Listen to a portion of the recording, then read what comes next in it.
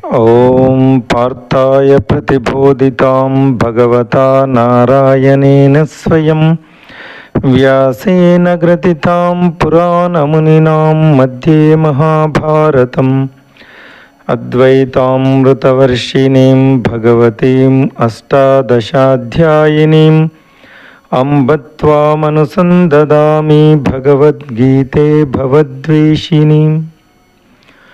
नमोऽस्तु ते व्यासविशालबुद्धे पुल्लारविन्दायतपत्रनेत्र येन त्वया भारततैलपूर्ण प्रज्वालितो ज्ञानमयप्रदीप।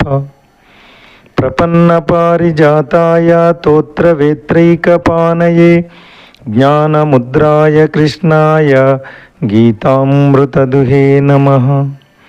सर्वोपनिषदो गावा दोग्धा गोपालनन्दन पार्थो वत्सः सुधीर्भोक्ता दुग्धं गीतामृतं महत्।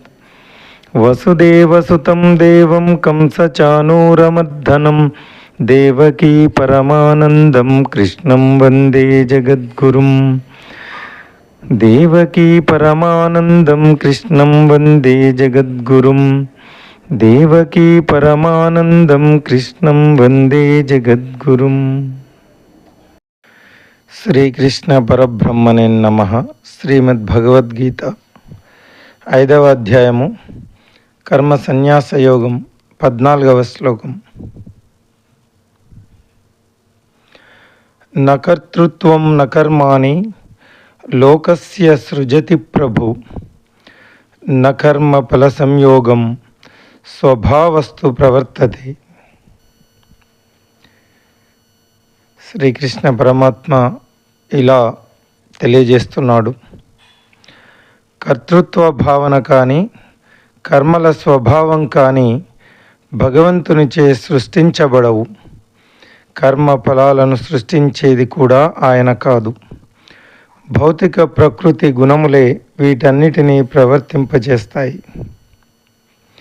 ఈ శ్లోకంలో భగవంతుడే సర్వలోక నాయకుడు అని సూచించడానికి ప్రభు అన్న పదం భగవంతునికి వాడబడింది.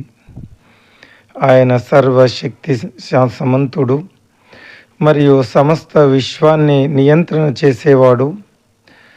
అయినా సరే ఈ విశ్వం యొక్క కార్యకలాపాలు ఆయనే నిర్వహించిన ఆయన అకర్తగా ఉంటాడు.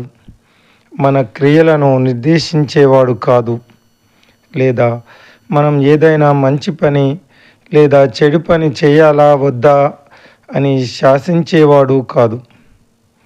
ఒకవేళ ఆయనే నిర్వాహకుడు అయి ఉంటే ఏది మంచి లేదా ఏది చెడు అనే దాని మీద ఇంత విస్తారమైన ఉపదేశాలు అవసరం లేదు. సమస్త శాస్త్రాలు ఓ 3 చిన్న వాక్యాలతో సరిపోయేవి.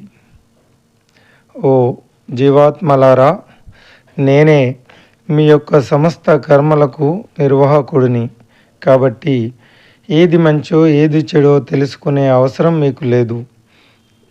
నా ఇష్ట ప్రకారంగా మీతో పనులు చేపిస్తాను అని ఉండేవాడు. అదేవిధంగా మనం కర్తృత్వ భావనలో ఇరుక్కుపోవడానికి భగవంతుడు కారణం కాదు. ఆయనే కావాలని ఆ గర్వాన్ని మనలో కలుగజేసి ఉంటే మళ్ళీ మన తప్పుడు చేష్టలకు ఆయననే దోషునిగా చేసేవాళ్ళం. నిజానికి జీవాత్మనే తన అజ్ఞానంచే ఈ కర్తృత్వ భావనను తనకు కలుగజేసుకుంటుంది. ఒకవేళ జీవాత్మ ఆ అజ్ఞానాన్ని వదిలించుకోవాలని చూస్తే భగవంతుడు తన కృపతో దానిని నిర్మూలించడానికి సహాయపడతాడు. ఈ విధంగా కర్తృత్వ భావనను త్యజించడం అనేది జీవాత్మ యొక్క బాధ్యత. ఈ శరీరం యొక్క త్రిగుణములచే కూడి ఉన్నది మరియు అన్ని కర్మలు కూడా ఆ త్రిగుణములచే చేయబడతాయి. కానీ అజ్ఞానంలో ఉన్న జీవాత్మ తను ఈ శరీరమే అనుకొని కర్మల యొక్క కర్తగా ఇరుక్కుపోతుంది. నిజానికి అవి ప్రకృతి గుణములచే చేయబడతాయి.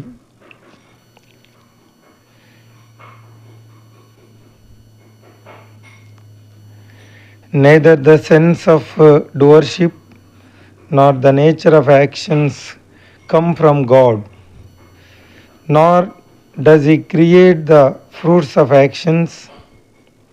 All this is enacted by the modes of material nature, gunas. In this verse, the word Prabhu has been used for God to indicate that He is the Lord of the world. He is also omnipotent and controls the entire universe. Yet, though He conducts the activities of the universe, He remains the non doer. He is neither the director of our actions nor does He decree whether we will perform a particular virtuous or evil deed. Had He been our director, there would be no need for elaborate instructions on good and bad actions. All the scriptures would have ended in three short sentences. O souls, I am the director of all your works, so you do not need to understand what good or bad action is. I will make you do as I wish. Similarly, God is not responsible for our getting stuck with the sense of doership. If He had deliberately created the pride of doing in us, then again we could have blamed Him for our misdoings. But the fact is that the soul brings this pride into itself out of ignorance. If the soul chooses to do away with the ignorance, then God helps dispel it with His grace. Thus, renunciation of the sense of doership is the responsibility of the soul. The body is constituted of the three modes of material nature, and all actions are performed by the modes. But out of ignorance, the soul identifies with the body and becomes implicated as the doer of actions, which are in fact done by material nature.